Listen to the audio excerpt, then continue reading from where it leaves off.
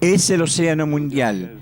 La gente está en contacto con él desde épocas muy remotas, pero este continúa siendo el gran desconocido. Sus profundidades conservan asombrosos secretos, hechos reales y testimonios de los marinos de guerra rusos.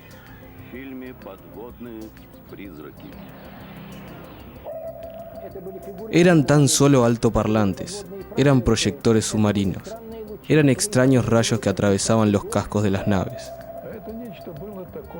Se trataba de algo de color naranja rojizo que provocaba una desagradable sensación psicológica.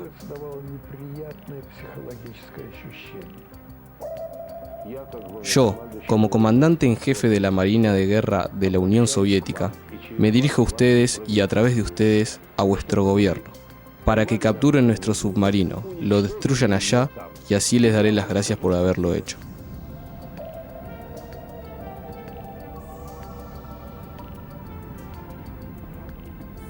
Es el año 1963. Las fuerzas navales de Estados Unidos, en unión con el portaaviones OOS, realizan los ejercicios de turno, esta vez en el ángulo meridional del tristemente célebre Triángulo de las Bermudas, en la zona de la isla de Puerto Rico. La tarea es habitual: buscar y perseguir submarinos de un enemigo convencional. Desde el inicio mismo de las maniobras, los sonares detectan el tan anhelado objeto. Comienza la persecución y ahí se descubre algo extraño. Resulta imposible alcanzar el submarino. Este avanza a la velocidad de 150 nudos, casi 300 kilómetros por hora, y todo esto bajo el agua. Los mejores submarinos actuales alcanzan no más de la tercera parte de dicha velocidad. Nosotros no contamos, ni tampoco los norteamericanos, con submarinos que desarrollen 300 kilómetros por hora o más, como escriben algunos, y no está previsto tenerlos. El asunto no se limitó a una velocidad fantástica. El extraño submarino se las ingenió para sumergirse a la profundidad de 6 kilómetros y volver a subir casi hasta la superficie. A una profundidad así pueden descender tan solo aparatos especiales, pero para el descenso-ascenso necesitan horas y en modo alguno minutos. Tal vez se tratara de algunos grandes animales que por casualidad estaban cerca de los submarinos rápidos. Pienso que todo lo que probablemente está relacionado con las inmersiones y las subidas a la superficie son organismos vivos, como las ballenas mismas, aunque estas tampoco pueden sumergirse instantáneamente a 6 kilómetros de profundidad en unos pocos segundos, y ni siquiera en minutos. Como si comprendiera su supremacía, el enigmático objeto ni siquiera intentó ocultarse y continuó trazando círculos junto a las naves militares durante 4 días más. El fantasma de aguas profundas poseía una maniobrabilidad fantástica. Para él casi no existía la inercia. No se decidían a bombardear al forastero, aunque 3 años antes los marinos de guerra argentinos realizaron un intento de este tipo. En las aguas territoriales de este país descubrieron 2 submarinos enormes y extraños. Uno yacía sobre el lecho y el otro describía círculos a su alrededor. Los barcos antisubmarinos arrojaron sobre los violadores de las fronteras toneladas de bombas de profundidad, pero solo lograron una cosa. Los submarinos de insólita forma, con enormes torres esferoides, emergieron a increíble velocidad y comenzaron a huir. Se abrió fuego de artillería. Los submarinos al instante se sumergieron. Lo que vieron los marinos al siguiente instante en los sonares los dejó perplejos. La cantidad de submarinos primero se duplicó, luego fueron 6. La persecución no dio resultado alguno. La extraña flotilla, después de desarrollar una increíble velocidad, se ocultó en las profundidades del Atlántico. Año 1964. Unos objetos parecidos o tal vez los mismos se observaron en el mar Mediterráneo y un año más tarde insólitos submarinos fueron vistos en las costas de Australia y Nueva Zelanda. Se trataba de construcciones metálicas parecidas a elipses de unos 30 metros de largo y 15 metros de ancho. En más de una ocasión, estos objetos fueron vistos por pilotos y pescadores a poca profundidad entre arrecifes, a donde los submarinos comunes les resulta sencillamente imposible acceder. Causaba asombro. Otra cosa más, esos objetos no tenían partes sobresalientes ni escotillas. Otros enigmáticos submarinos fueron vistos en los más diversos lugares. Los testigos en ocasiones advertían también otras rarezas. Cuando los misteriosos submarinos se desplazaban, no se formaban remolinos ni chorros espumosos. Con los años, el problema de los objetos submarinos desconocidos ha ido preocupando cada vez más a los militares. Algunos investigadores inclusive comenzaron a percibir también la desaparición de submarinos militares. De esta manera, en solo 4 meses del año 1968, perecieron en misteriosas circunstancias 4 submarinos. En enero, en el mar Mediterráneo, el Doka israelí y el Minerva francés. En marzo, en el Océano Pacífico, el K-129 soviético. Y finalmente, en mayo, desapareció en el Atlántico el orgullo de la flota submarina norteamericana, el submarino atómico Escorpión. Y algo muy característico, en 3 casos, en las proximidades de estos submarinos se detectaron misteriosos objetos que se movían.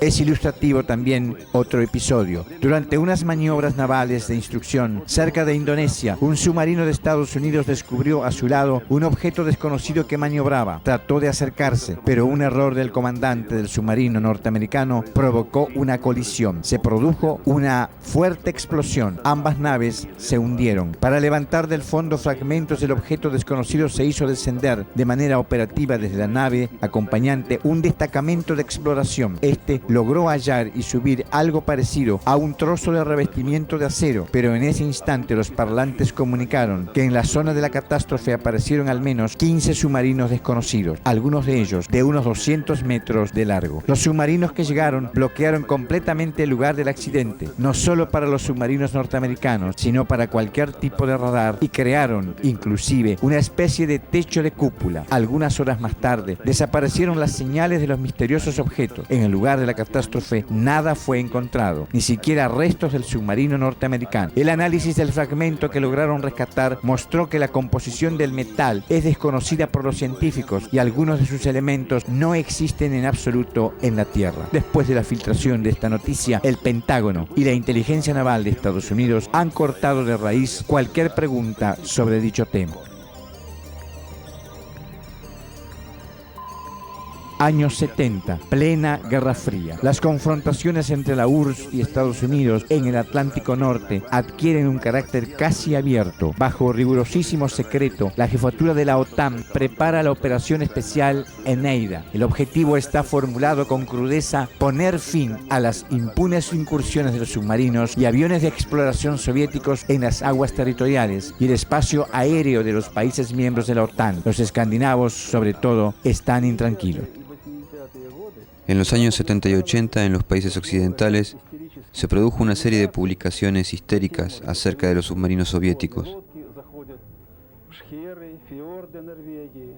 Entraban en la zona de los fiordos de Noruega y que al parecer querían averiguar algo o inclusive colocar ciertas minas submarinas. Al fin y al cabo, todo llegó a acciones bélicas directas. En el otoño del 72, los noruegos, junto con buques de la OTAN, bombardearon con bombas de profundidad su perla turística, el Sottenfjord, de 200 kilómetros de longitud. 4 decenas de buques y la aviación intentaron hacer salir a los violadores submarinos a la superficie. De cuando en cuando, los enigmáticos objetos emergían del agua. Una vez, una elipse resplandeciente de luz. Otra, aparecía desde las profundidades a una velocidad increíble un casco negro, largo y angosto. Poco tiempo después, los acontecimientos adquirieron un giro absolutamente nuevo. De improviso, sobre las montañas aparecieron objetos voladores no identificados, amarillos y verdes, y encima del fiordo, misteriosos helicópteros negros sin señales de reconocimiento. A velocidades muy altas, realizaban maniobras inconcebibles. Observaban todo eso con gran tensión, no solo los militares, sino también centenares de habitantes del lugar. La técnica electrónica de los buques antisubmarinos sufrió desperfectos y como resultado los objetos submarinos desconocidos se escabulleron del Golfo sin ser vistos. Después de esta nada gloriosa epopeya, las autoridades noruegas declararon que, como todo parecía indicar, no se trataba de submarinos. En los años 80, las comunicaciones en la prensa escandinava nos hacen recordar los partes de guerra en solo 2 meses del año 86. Submarinos desconocidos incursionaron 15 veces en aguas territoriales suecas. Su cacería se realizaba día y noche. Ellos lo hacían así. Para detectar un submarino en algún golfo, lo cercaban con cadenas, luego lo colocaban allí en redes e incluso lo bombardeaban. Pero todo es inútil. Las minas instaladas son explotadas por alguien desde gran distancia. Los cohetes especiales tampoco dan resultado.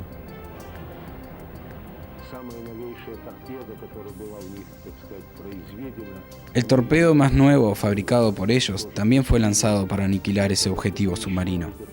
El torpedo erró y no alcanzó objetivo alguno, sino que se hundió. Entonces se organizó toda una operación, porque se trataba de un torpedo súper secreto y había que encontrarlo, había que recuperarlo, etcétera, etcétera. En fin, se armó un gran alboroto.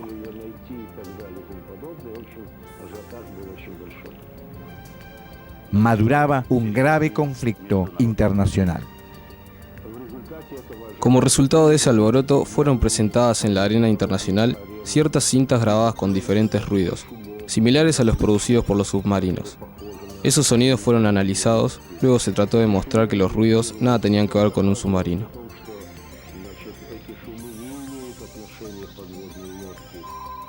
Norteamérica, igual que Argentina en su momento, comprendió ya que la URSS no tenía relación alguna con los extraobjetos submarinos e incluso se pronunció al respecto. La cuestión es que su inteligencia en más de una ocasión informó sobre situaciones al parecer inconcebibles, por ejemplo, que dichos objetos combinaban cualidades de avión y submarino. En más de una ocasión salían volando del agua, literalmente ante las narices de los cruceros antisubmarinos y se dirigían hacia el cielo a velocidades supersónicas. Sin embargo, la prensa occidental sigue jugando a la carta soviética. Los noruegos y los suecos insisten en afirmar sobre la mano submarina de Moscú.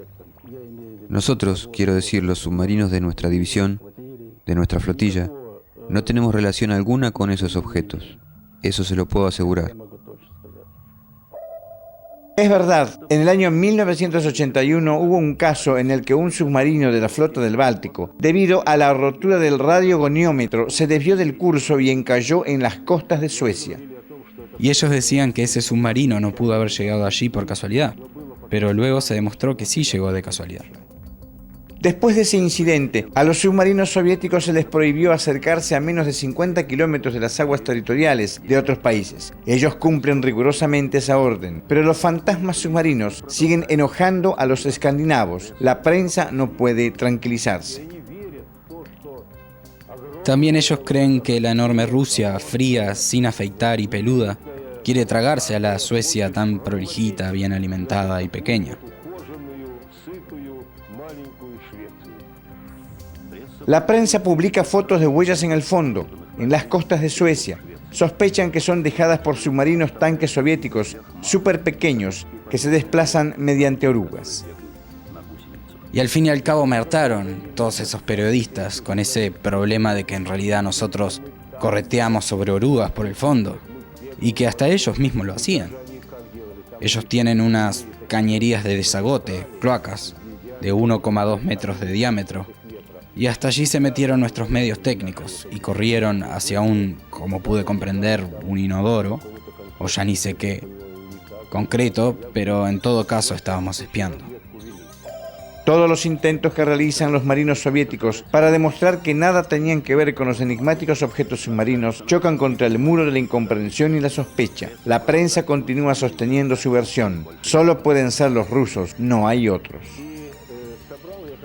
Y reuní cierta vez a los periodistas extranjeros y les respondí diferentes preguntas. Y les dije, yo, como comandante en jefe de la flota naval de guerra de la Unión Soviética, me dirijo a ustedes y a través de ustedes a vuestro gobierno para que capturen nuestro submarino lo destruyan allá, y así les daré gracias por haberlo hecho y habernos mostrado algunos restos de ese submarino. Entonces les expresaré a todos mi agradecimiento por habernos exterminado.